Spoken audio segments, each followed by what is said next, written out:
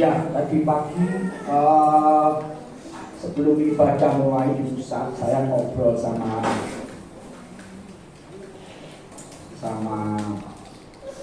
yang dulu saya ngomong anak rohani juga ya. Nah, dulu saya waktu masih supervisor, dia salah satu anggota kekal, zamannya dulu kekal gitu ya. Beberapa waktu lalu dia sakit, kemudian pergi ke rumah sakit dan divonis gagal ginjal. Kalau orangnya sehat, saudara ini masih muda, paling umur belum sampai 40 namanya. Anaknya 2.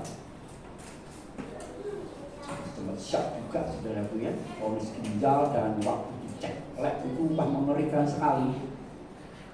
Ginjal seseorang itu kalau rusak, ada bahasa dokter itu namanya kreatin nggak tahu apa ya saudaraku, saya nggak begitu ngerti. Itu manusia itu kreatinnya itu kalau ginjalnya baik itu hanya 0, di bawah 1, 0 ya kreatinnya itu. Tapi kalau ginjalnya rusak itu bisa lebih dari 10. Nah ini bukan lebih 10, berapa gitu, sampai dia kaget sekali lihat hasilnya, cekletnya itu. Akhirnya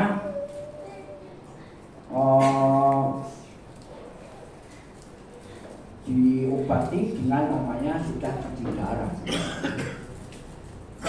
Dan saya pernah masuk ke Progerjo, orang yang cuci darah itu yang kasihan adalah itu hidupnya dia bergantung sama mesin. Dan ini teman ini seminggu 2 kali cuci darah. Karena kalau enggak, ginjal seseorang itu kalau rusak, ginjal itu fungsinya menyaring racun di dalam tubuh manusia ya. Jadi Tuhan kita itu hebat sekali ya. Ginjal itu kecil sudah ya, kecil sekali. Ginjal itu paling nggak tahu, kecil pokoknya. Di dalam tubuh manusia itu ada 2 ginjal kecil, tapi fungsinya dahsyat sekali. Dia menyaring racun di dalam hidup saudara dan saya. Tapi kalau ginjalnya tidak berfungsi, itu racun dalam tubuh tidak tersaring dan itu mengakibatkan air di dalam tubuh kita ini nanti bisa mendesak ke paru-paru. Orangnya bisa mati. Dan kita punya pengalaman jemaat lama, masih muda sekali, cantik lagi orangnya, umur 17 tahun meninggal karena ginjal. Terakhir sebelum meninggal itu dia main badminton karena bapaknya jago badminton. Ini anak ceweknya ini jago badminton, double sama saya ya. Jadi dia main bersama saya itu terakhir. Kemudian masuk rumah sakit, deteksi sudah ginjal akut. Itu hari ulang tahun ke-17. Dia sudah bilang, pokoknya kalau ginjal jangan makan garam. Karena garam itu pantangan paling mengerikan buat sakit ginjal. Dia dipestakan, dia aku mau pesta Pak, ini umur 17 tahun.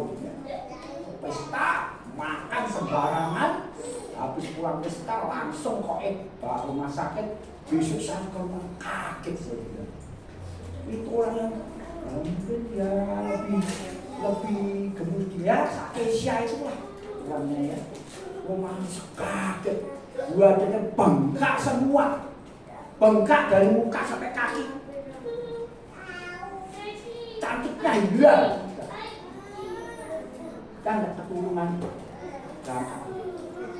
Umur 17 tahun. Lalu teman tadi pagi, minggu lalu, ya nggak tahu ada kesempatan juga ngobrol sharing begitu ya.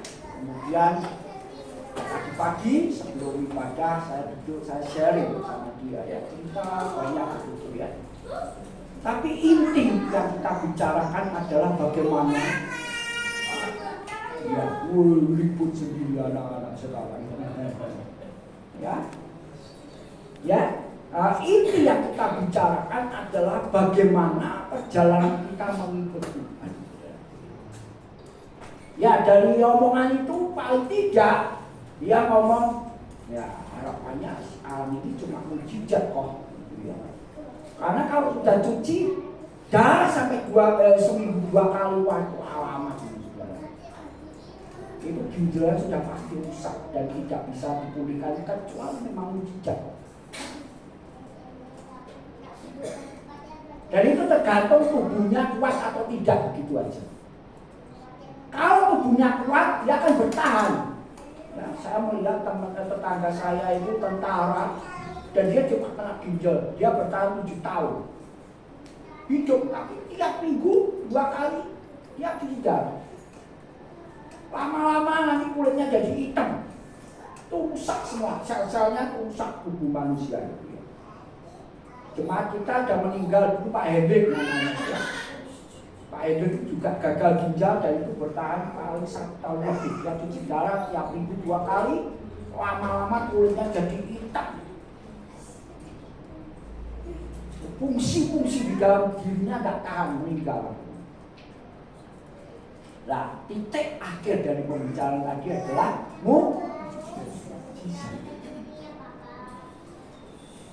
Nah, saya ngomong mujizat terbesar bernyanyi di dalam kehidupan kita adalah perjumpaan dengan Tuhan. Amin. Dan hari-hari ini kita berdoa untuk itu, saudara.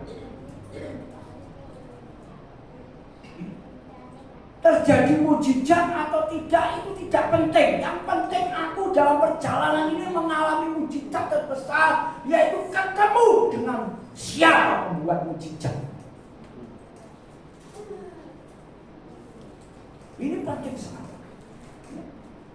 Ya saya mengencourage teman ini supaya tidak down, karena memang itu kasihan, saudara. Saya pernah melayani namanya David, itu istrinya majelisnya Pribadi GIA. Masih muda juga David itu, paling waktu meninggal umur 40-an. Saya pernah ngalami setengah 3 pagi telepon. Wah, kok Petro cepet ini, kok Petro cepet dari Tlogorejo. Wah, kaget tahu. Setengah 3 pagi, cuci muka, gosok gigi, langsung berangkat Tlogorejo situ. Ya namanya David ini. Ginjal ini meninggal. Air kalau naik ke paru-paru orang nggak bisa ngepak. Ya buntut ini ditahan, apa sih? Paling kuat berapa menit?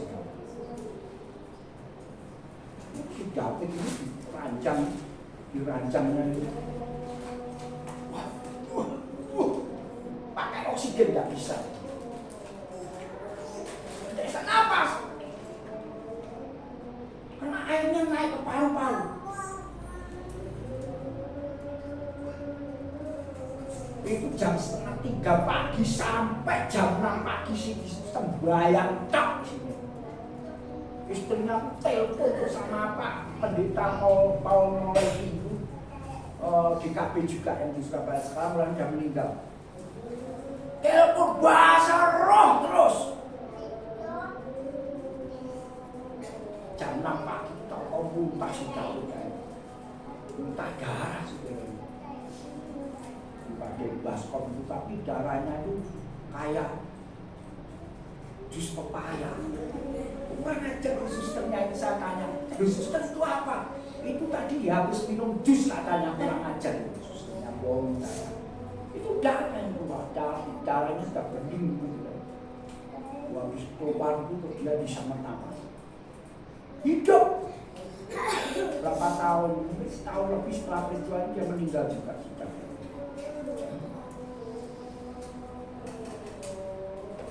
Ya. Intinya kalau mujizat tidak terjadi dalam hidupmu dan hidupku, kau masih bertahan mengikuti itu penting. Benar? Karena Tuhan bukan seperti maunya kita. Maunya kita kalau sakit ya sembuh mujizat. Tapi belum tentu Tuhan mengerjakan hal itu. Dan jujur saya saksikan Mega tadi pagi sama teman ini, sama kehidupannya Pak Yono. Paling tidak saya mengikuti. Coba ini perjuangan iman. Engkau belum melihat, tapi engkau melekat tidak kepada Tuhan. Itu yang paling penting hari-hari.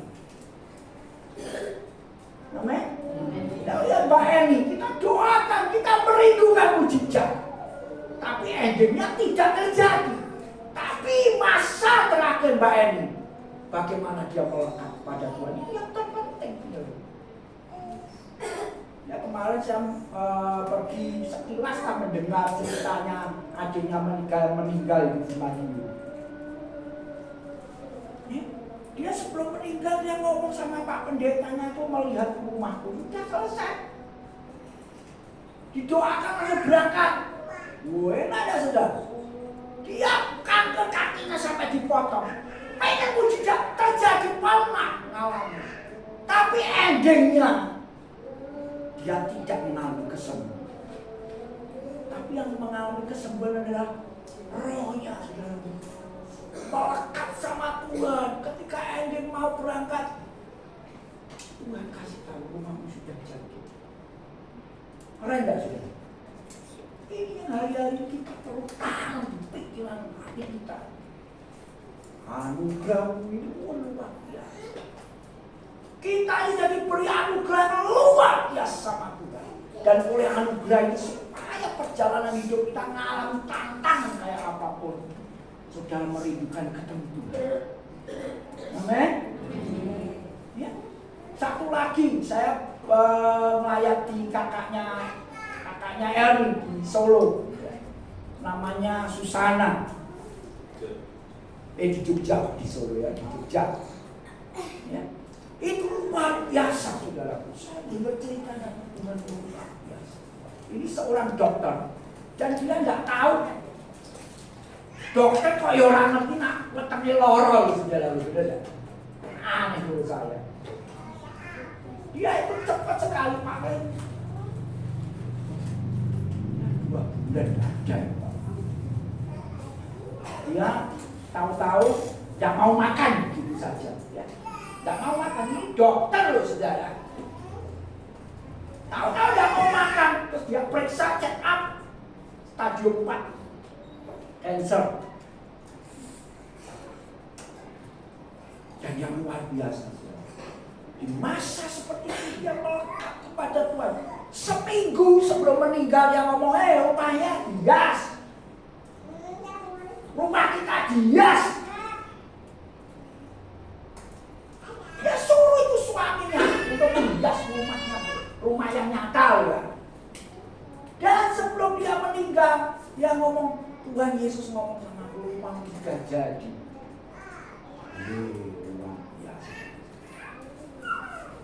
Semua orang adiknya Elmi itu ngomong kok itu orang putus asa bahwa doa wong terus sing mbok jaluk orang dikeki Tuhan. Yo ora. Elmi adiknya berdoa, Tuhan kasih mujizat buat kakakku. Mujizatnya sembuh harusnya, tapi enggak. Ya pulang ke rumah Tuhan. Dan semuanya dipersiapkan dengan luar biasa. Jadi hari-hari ini saudara dan saya mengalami masa-masa yang tidak enak. Berdoa supaya oleh anugerah Tuhan kau dibuka matamu lewat peristiwa itu untuk kau sadar bahwa saudara dan saya melekat kepada Tuhan. Amin. Saya tidak buka Alkitab, saya cuma cerita saja. Pernah baca kitab Rut? Siapa yang belum pernah baca kitab Rut? Itu anak saya, namanya Rut, anak saya yang baru ya. Pernah baca kitab Rut? Kalau belum pernah baca, ini saya cerita saja. Namanya suaminya Naomi siapa? Elimelek ya, bukan Abimelek ya. Anaknya berapa Naomi? Masa? Oh ya benar juga ya. Namanya siapa? Wah, itu jeduk elek. Lo artinya nanti Kilion dan Mahlon itu, wah itu mamayo salah kayak jenis. Makanya ini jenis ngajari. Nah zaman kuno biar kabotan jeneng. Kok kenapa tanggung? Mahlon dan Kilion itu namanya artinya jelek kurang baik ya. Nah baca ini, Elimelek itu luar biasa ya. Arti namanya dan punyanya bagus. Dan mereka tinggalnya di kota yang bagus juga, tapi karena masalah. Wah ini loh saudara. Alkitab ini kalau kita baca itu gambaran hidup perjalanan setiap orang yang mau percaya kepada Tuhan. Ya, Elimelek dan Naomi istrinya punya anak 2. Ketika di masa susah, mereka tidak bertanya kepada Tuhan dan mereka mengungsi. Tapi sekali lagi, semua apa yang terjadi dalam hidupmu dan hidupku, kalau engkau percaya Tuhan, di sananya campur tangan. Amin. Ini kalau kita lihat secara kasat mata, ini ceritanya ya elek. Lah piye to waktu Naomi itu kembali ke negaranya, ya. Dia perginya ke Moab, dia pulang lagi ke Yerusalem, ke Israel. Dia ditanya, "Weh Naomi balik." Tetangganya ngomong, jangan panggil aku Naomi. Panggil aku apa? Mara. Karena aku pergi dengan tangan penuh, sekarang aku pulang kosong. Ini ceritanya seperti itu, penggambarannya. Ini mengerikan. Ketika masalah dalam hidupmu datang juga masalah. Siapa yang kau cari? Tuhan atau kau cari caramu sendiri? Ini habis. Pergi ke Moab, habis. Elimelek mati. Anaknya 2 kawin, mati kabeh anaknya juga. Habis dan tinggal 2 menantunya. Namanya siapa menantunya? Asya. Enggak tahu. Nanti baca kitab ya, biar tahu. Namanya satu siapa? Tadi Rut, ya. Yang satunya siapa? Orpa. Ya. Saya merenungkan ini, saudaraku. Naomi ini meskipun dalam keadaan yang luar biasa, menurut saya ini menderita pasti kan. Bujuni mati, anaknya loro mati, duwe mati orang dia anak. Habis semuanya. Dia dalam keadaan yang luar biasa tertekan menurut saya. Tapi satu hal, nanti kalau kita baca kitab, kita belajar bahwa Naomi dalam keadaan yang seperti itu, dia tetap melekat pada Tuhan. Ini yang luar biasa. Kenapa saya bisa katakan begini? Nanti baca ya, saya cuma cerita aja. Nah, terus dia pulang ke negaranya. Nah, waktu mau pulang itu kedua menantunya pengen melok, gitu ya. Pengen melok, si Orpa maupun Rutnya pulang ikut tua. Terus si Naomi-nya ngomong begitu, akhirnya Orpa balik pada bangsanya ke Moab. Tapi Rut tidak. Ini ada lagu terkenal sekali bahasa Inggrisnya, lagu kuno ya. Ngomongnya Everything to leave you. Akhirnya bagus sekali. Ini lagu komitmen judulnya. Ya. Jadi Rut ketika disuruh pulang sama Naomi, kamu balik pada bangsamu. Naomi ngamuk. Kalau Naomi, si Rut bukan marah, tapi dia ngomong gini, wis stop. Ibu mertua kamu stop, jangan usah ngomong kayak gitu. Di mana engkau ada, aku ada. Dia ngomong gitu. Allahmu adalah Allahku, bangsamu adalah bangsaku. Di mana engkau mati, aku juga ada di sana. Engkau mati, aku mati. Ini luar biasa sekali. Kenapa si Rut ini bisa ngomong seperti itu? Karena dia lihat ibu mertuanya dalam keadaan apapun yang dia alami, Naomi tetap melekat pada Allah. Nah ini yang penting. Sehingga Rut ini bisa melihat sosok ibu mertua yang luar biasa.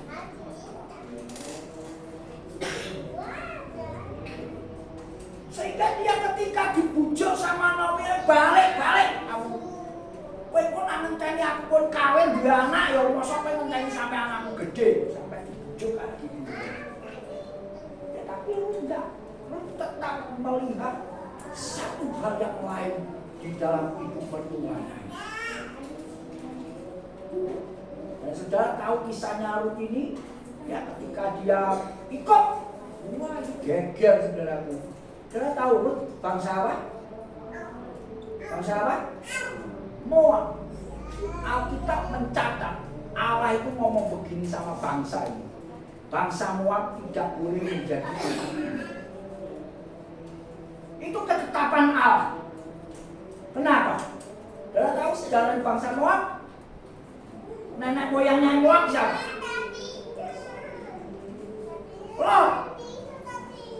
Lot kawin sama anaknya sendiri, dua anak. Jadi anaknya bingung nyeloki. Ya kan?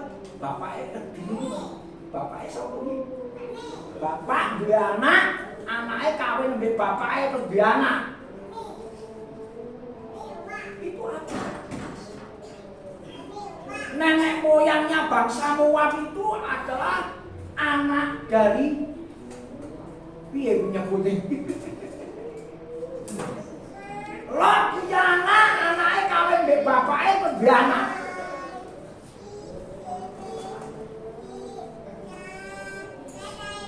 Makanya Tuhan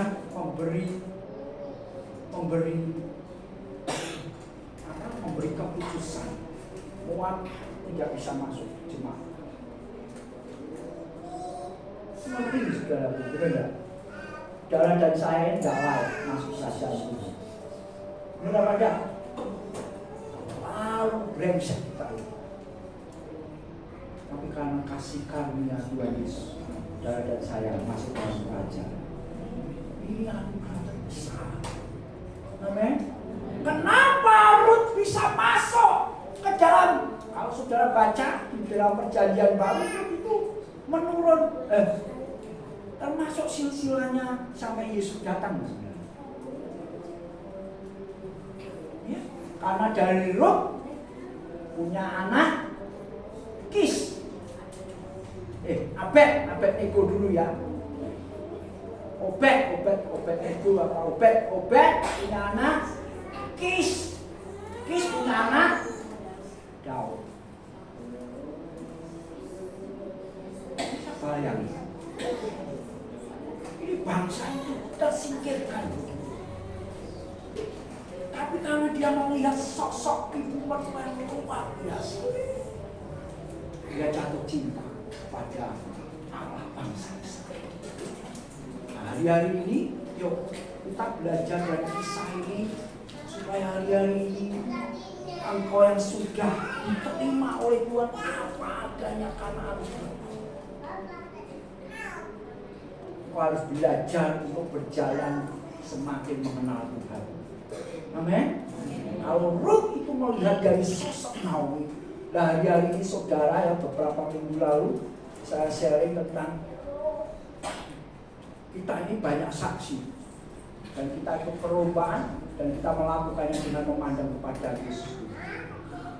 Ya. Teladan kita ya Yesus.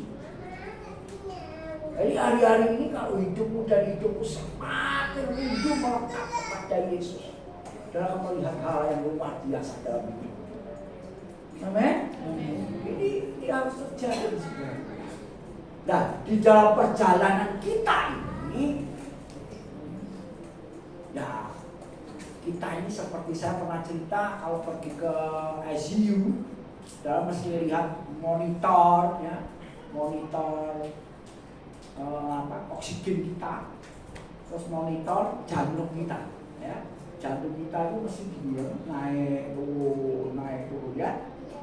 Kekristenan kita seperti itu, saudara. Naik turun tidak apa-apa, itu sehat namanya kita hidup. Ya, kalau naik turun itu kekristenan kita hidup. Tapi coba kita mendatang, suster mesti datang pemeriksaan. Karena ini mati pasien ini. Nah, ngomong, ya, banyak ya.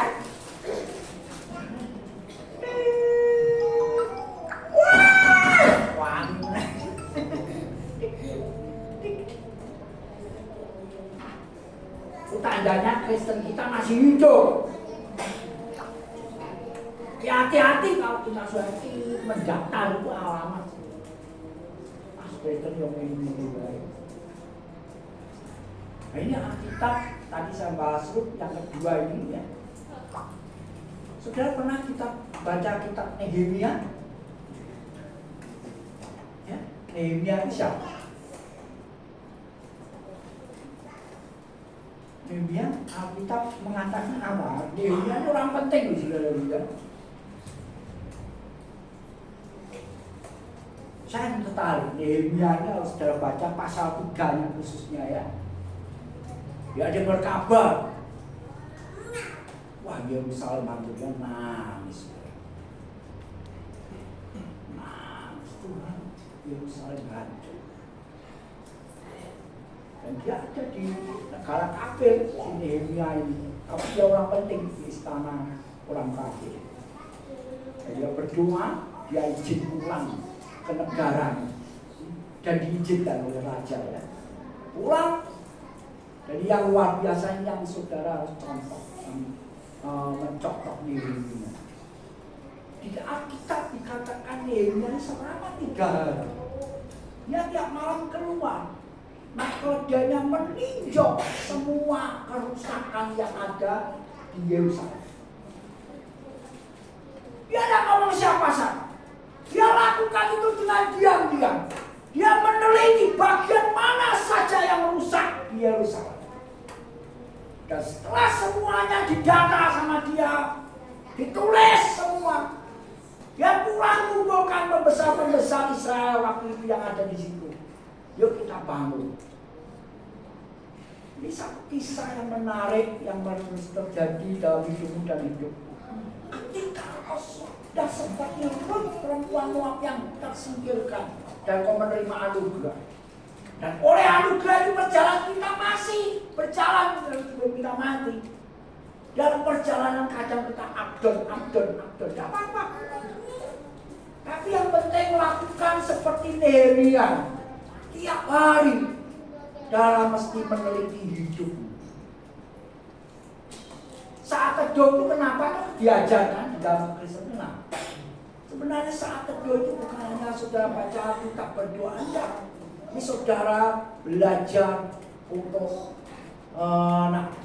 kalau orang Katolik ngomong devosi. Devosi itu artinya saudara diam merenungkan apa yang sudah terjadi sepanjang hari. Ada hal yang salah dikoreksi. Nehemia melihat, oh ini gerbang ini rusaknya parah seperti ini. Oh ini temboknya terlalu rendah. Oh ini dan sebagainya. Cacat semua. Hari-hari ini saudara dan saya mesti minta tolong Roh Kudus untuk belajar ini. Mengkoreksi diri aku ini saja nih mau Tuhan gitu ya sih. Pagi-pagi waktu saya sharing sama teman ini, fakta, ini fakta sebenarnya ya, fakta yang terjadi di dalam gereja. Dan hari-hari ini saudara mesti waspada.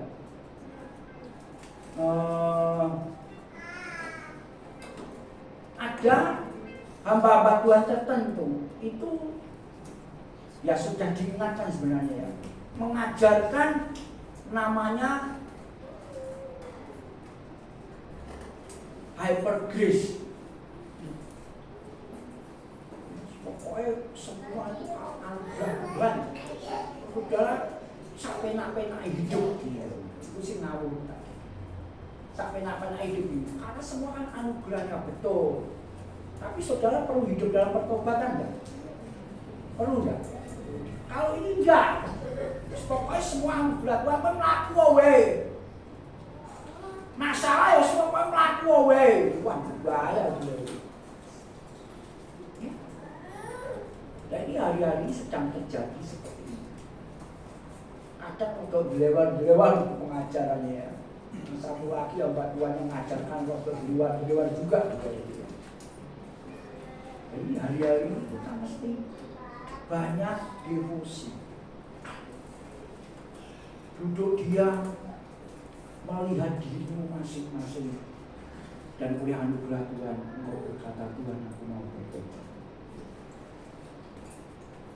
Bertobat itu sekali lagi bukan ngomong, wah aku nyolong, aku perkosa orang, aku bunuh orang, enggak.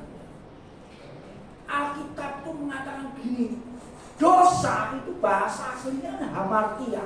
Hamartia itu salah sasaran gitu. Itu sudah dosa. Paling gampang. Ini kan zaman apa?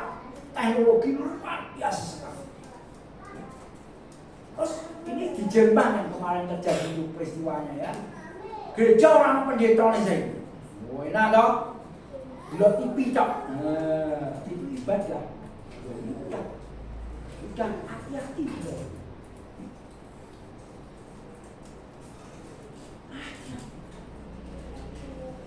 Nah ini wis rasa mau gereja, nang omah wae ndelok TV kan padha ibadah. Ini sudah ngaruh. Jadi banyak orang Kristen kerjakan itu. Rasa ibadah nonton TV pada ibadah. Saya waktu kemarin dia merenungkan kenapa ya Tuhan kok suruh Musa bangun kemah? Kenapa? Lah nak kono ora usah bangun kemah, Tuhan menapa dadak ngomong ambek Musa ketangko dino ngene gunung Sinai untuk bangun kemah Musa. Dan itu terus berlanjut, kenapa Tuhan izinkan bangun bait Allah? Selama belum aniaya, selama belum gereja, aku mau gereja kenapa mana? Yang bawa pantau bawaan, mau gereja itu kita boleh aman, ya lah. Tapi sebelum itu ada yang pergilah ke gereja kalau minggu.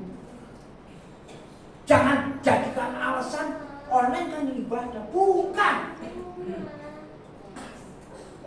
Dan akhirnya banyak anak tua milih online deh. Ada nih dicampur satu.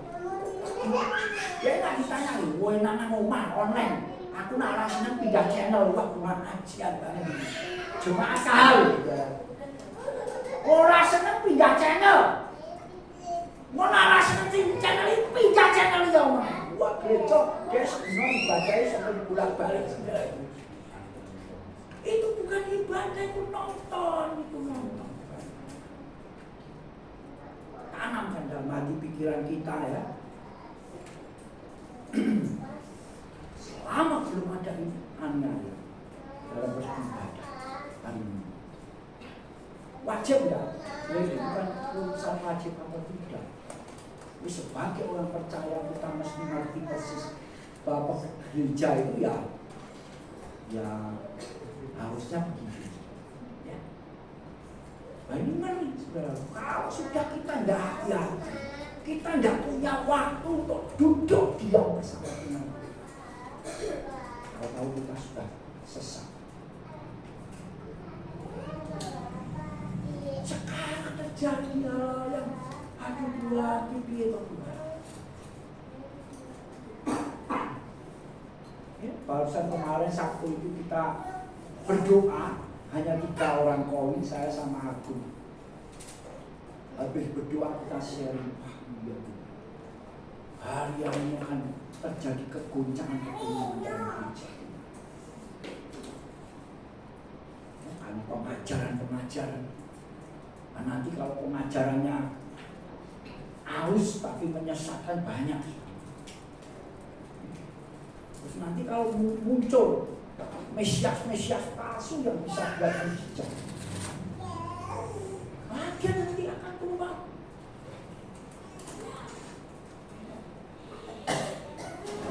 Uang. Saya kemarin mau ingatkan lupa di kitab Daniel itu kalau kita baca ya, itu nanti akan ada seorang, ini akhir zaman saya percaya itu. Ya, orang ini nyembah bukan Tuhan. Dan dia saking kayanya, dia bagi-bagi uang.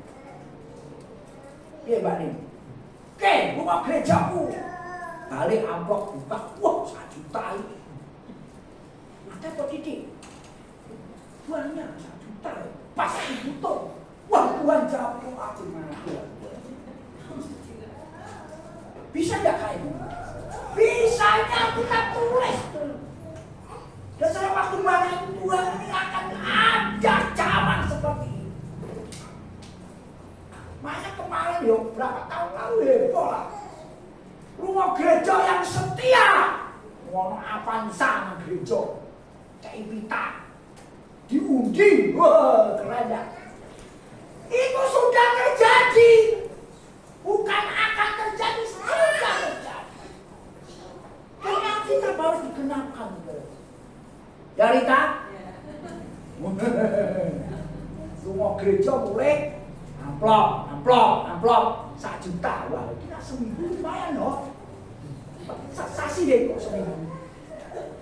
Sesasi lumayan kok 4 juta. Lah wong loro 8 juta. Lah anake telu wis ora sak kerja. Bener. Rumah gereja lho ini nanti akan terjadi.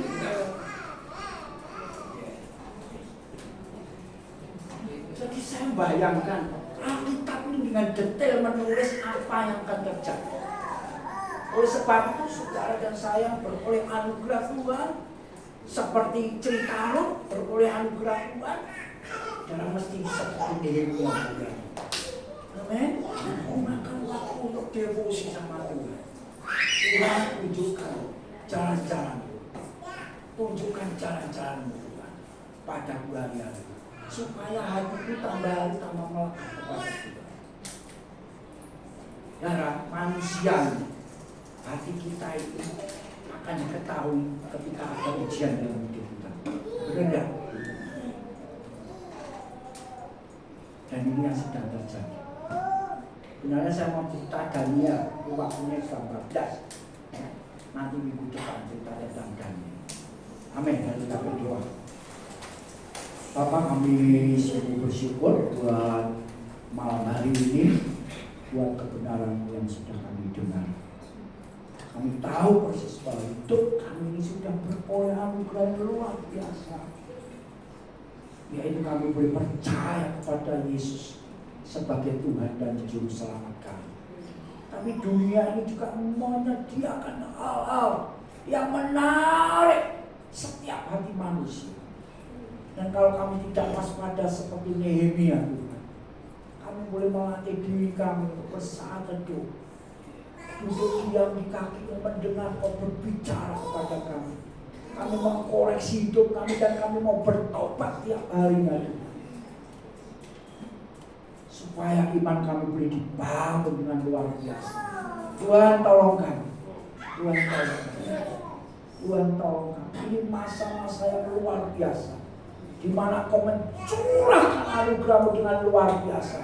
Tapi di sisi lain dunia juga bekerja dengan luar biasa, supaya anak-anak-Mu berpaling kepada dunia. Tuhan Roh Kudus tolong kami, biar malam hari apa yang kami dengar tertanam dalam hati kami. Terima kasih Tuhan. Mari kami berdiri, angkat tangan di atas Tuhan. Saudara-saudaraku terkasih dalam Tuhan Yesus, Tuhan mau mendengar firman Tuhan, mau menyimpan dalam hati. Kau rindu menjadi pelaku-pelaku firman Tuhan. Sekarang pulang lagi dalam damai sejahtera Bapa, penyertaan Tuhan Yesus dan persekutuan dengan Roh Kudus. Hidupmu dan hidupku semakin hari semakin diubahkan oleh kebenaran firman Tuhan, sehingga hidupmu dan hidupku semakin melekat kepada Tuhan, dan semakin hari engkau semakin diubahkan menjadi serupa dengan Yesus. Sehingga di mana engkau ada dan saya ada, hidupmu menjadi berkat bagi banyak orang. Setiap kita yang percaya kata, amin.